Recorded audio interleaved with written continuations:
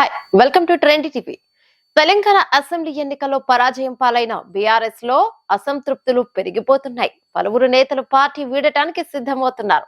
దీనితో పార్లమెంట్ ఎన్నికల్లో సత్తా చాటాలని కారు పార్టీ భావిస్తోంది. ఎంపీ సీట్లు సాధిస్తే శ్రేణుల్లో నేతల్లో నమ్మకంతో పాటు పార్టీ మరింత స్ట్రాంగ్ గా నిలబడటానికి ఉపయోగపడుతుందని అగ్రనాయకత్వం భావిస్తుంది. అందుకు తగ్గ వ్యూహాలు రచిస్తోంది.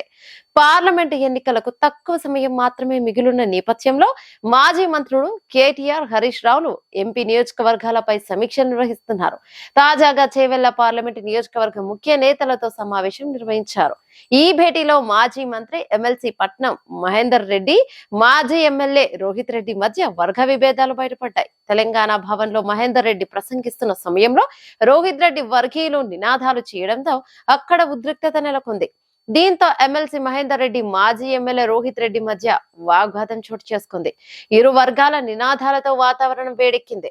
పట్నం మహేందర్ రెడ్డి, పైలట్ రోహిత్ రెడ్డి ఒకరిపై ఒకరు కుర్చీలు విసురుకున్నారని కూడా తెలుస్తోంది. ఇరు వర్గాలకు మాజీ మంత్రి హరీష్ రావు సర్ది చెప్పారు. మహేందర్ రెడ్డి, రోహిత్ రెడ్డిలతో హరీష్ రావు ప్రత్యేకంగా సమావేశమై వాదించే ప్రయత్నం చేశారు. బహిరంగంగా గొడవ పడితే పార్టీ శ్రేణులకు తప్పుడు సంకేతాలు వెళతాయని హరీష్ రావు నేతలతో సర్ది చెప్పారు.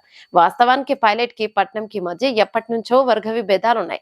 అసెంబ్లీ ఎన్నికల ముందు ఒక్కటయ్యారు. ఆ తర్వాత మళ్లీ సిట్టింగ్ ఎమ్మెల్యేకే టికెట్ ఇచ్చి అసంతృప్తితో ఉన్న మహేందర్ రెడ్డిని మంత్రివర్గంలోకి తీసుకోవడంతో ఎన్నికల్లో ఇద్దరు కలిసి పనిచేశారు.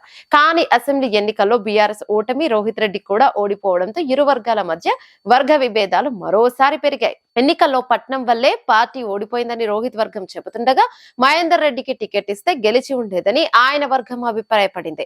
ఇలా ఎవరికి వారు విడిపోయి గొడవ పడటం చర్చకు దారితీస్తోంది. ఈ క్రమంలో పట్నం పార్టీలోనే కొనసాగుతారా అనే సందేహాలు వ్యక్తమవుతున్నాయి.